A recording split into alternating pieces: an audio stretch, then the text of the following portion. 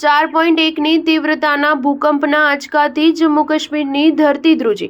જમ્મુ કાશ્મીરમાં શુક્રવારની રાત્રે ભૂકંપ અનુભવાયો હતો। સિસ્મોલોજી અનુસાર બારામુલામાં રિક્ટર સ્કેલ પર 4.1ની તીવ્રતાનો ભૂકંપ આવ્યો હતો। ભૂકંપના આંચકા રાતના 9:06 પર અનુભવાયા હતા।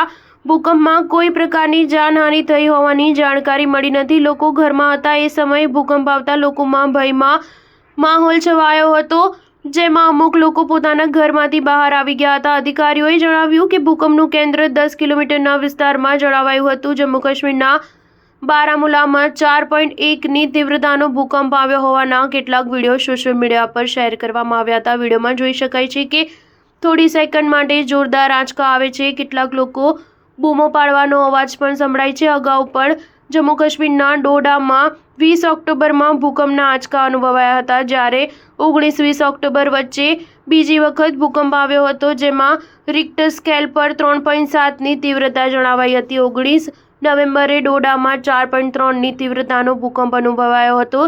ચિનાબા ખીણમાં આજે લગભગ 6:15 કલાકે જોરદાર આંચકા અનુભવાયા હતા। 13 ઓક્ટોબરે પણ ડોડામાં લોકોએ ભૂકંપના આંચકા અનુભવ્યા હતા। સ્ટાર ન્યૂઝ 7 હંમેશા સચ્ચાઈની સાથે।